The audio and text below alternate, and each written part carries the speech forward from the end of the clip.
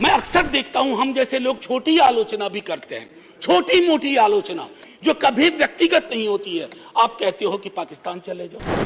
47 में बंटवारा हुआ था इस देश का, बंटवारे के बावजूद उतनी घृणा, उतनी नफरत, पीड़ा के बावजूद नहीं थी। तो मैं हाथ जोड़ के विनती करूंगा, सरकार जरूर बनाइए, अगला चुनाव भी लड़ेंगे, खूब दिल से लड़ेंगे। इंडिया भी रहेगा, भारत भी रहेगा, कोई में से एक चॉइस नहीं है। चुनौतियों की वजह से आज हम यहां हैं, और सिर्फ हम ही नहीं हैं, 140 करोड़ लोगों का यह भवन है, चाहे नया वाला हो या पुराना वाला हो। यह मेरी ओर से एक विदाई भाषण भी है, अपने दल की ओर से इस इमारत को, जिस इमारत में हिंदुस्तान की तकदीर लिखी गई संविधान सभा के माध्यम से। हाँ, तो माननीय उपसभापति जी, हुआ यूं कि सरोजनी नायडू जी को बुलाया गया बोलने के लिए, संभवतः 11 दिसंबर 1946 को। कम लोगों को यहां पता होगा कि सरोजनी नायडू जी बिहार से चुनकर संविधान सभा में आए थे। तो उनको चेयरमैन साहब ने कहा कि अब बुलबुले हिंद, नाइटिंगेल ऑफ इंडिया आएंगी, लेकिन कविता में अपनी बात कहेंगी, प्रोज में नहीं कहेंगी। उन्हें थोड़ा बुरा लगा, मजाक में ही सही, उन्होंने कहा कि आपका अब यह व्यवहार, आपका यह कहना अनकॉन्स्टिट्यूशनल है। तो उन्होंने कहा नहीं, फिर भी सुनाना होगा। तो उन्होंने एक चीज सुनाई जो मैं पेश नजर कर रहा हूं माननीय सभापति जी को। सुबह बड़ी बेसब्री से वो कह रहे थे कि ह्यूमर चला गया, तो उन्होंने सुनाया कि बुलबुल को गुल मुबारक, गुल को चमन मुबारक, रंगीन तबीयतों को रंगे सुखन मुबारक। तो ये मैं ये बता रहा हूं कि ये हमारा ध्येय था। अब सुबह चर्चा की, हमारे लीडर ऑफ द हाउस ने बड़ी खूबसूरत चर्चा की और जिक्र किया सर्वपल्ली राधाकृष्णन का। यहां है, यहां ठीक सामने सर्वपल्ली राधाकृष्णन। उन्होंने एक बात कही थी और मैं वो श्लोक पढ़ना चाहता हूं। मृदुना दारुणं हंति मृदुना हंत्य दारुणम, मृदुना दारुण हंति मृदुना हंत्य दारुणम, ना साध्यं मृदुना किंचित तस्मात् तीव्रतरं मृदु। इसका आशय यह है माननीय सभापति, उपसभापति जी, कि अग्रेशन से, अग्रेसिव बिहेवियर से आप चीजें हासिल नहीं कर सकते।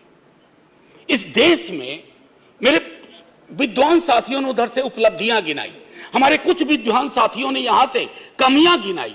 मैं दोनों के बीच में चुनौतियां गिनाना चाहता हूं। चुनौतियों की वजह से आज हम यहां हैं, और सिर्फ हम ही नहीं हैं, 140 करोड़ लोगों का यह भवन है, चाहे नया वाला हो या पुराना वाला हो। तो आज के दिन ये मेरी ओर से एक विदाई भाषण भी है, अपने दल की ओर से इस इमारत को, जिस इमारत में हिंदुस्तान की तकदीर लिखी गई संविधान सभा के माध्यम से। और वो तकदीर लिखने वाले संकीर्ण दायरों में नहीं सोचते थे।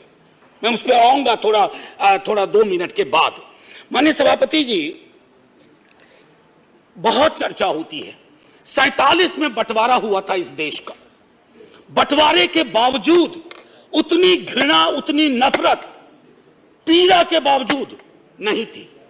अभी हाल में एक रोमिला जी की किताब आई, वो कहती हैं बड़ी खूबसूरती से, have we moved from integrated nationalism to segregated nationalism?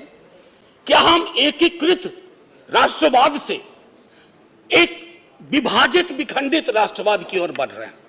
क्योंकि यह इमारत, इसकी बुनियाद मेलजोल पे है, इसकी बुनियाद में बंटवारे के बावजूद बंटवारा नहीं हुआ। तो मैं हाथ जोड़ के विनती करूंगा, सरकार जरूर बनाइए, अगला चुनाव भी लड़ेंगे, खूब दिल से लड़ेंगे। इंडिया भी रहेगा, भारत भी रहेगा, कोई में से एक चॉइस नहीं है, क्योंकि हमको इंडिया भारत करके जम्बूद्वीप तक नहीं जाना है। मैं सिर्फ इतना कहूंगा कि वो जो मेलजोल की सीमेंट है, उसका खात्मा हो रहा है, उसको बचाएं। मेजॉरिटी और मेजॉरिटेरियनिज्म में फर्क है। ये फर्क अगर हमारी सरकार भूल जाती है तो बहुत बड़ी पीड़ा होती है। जब मेरे मित्र ने कहा, मैं अक्सर देखता हूं हम जैसे लोग छोटी आलोचना भी करते हैं, छोटी मोटी आलोचना जो कभी व्यक्तिगत नहीं होती है। आप कहते हो कि पाकिस्तान चले जाओ, अरे कभी देखा भी हो कितनी जगह है वहां का भूगोल क्या है? इतने लोग नहीं अट पाएंगे। मान लीजिए कि 65% लोगों ने आपको पिछली बार वोट नहीं किया, सबको पाकिस्तान भेज दोगे? ऐसी कोई व्यवस्था होती है? यहीं मेलजुल से रहना है, यहीं मिलकर रहना है। और ये सारी चीजें मैं नहीं कह रहा हूं, खुद अंबेडकर साहब कह के गए थे।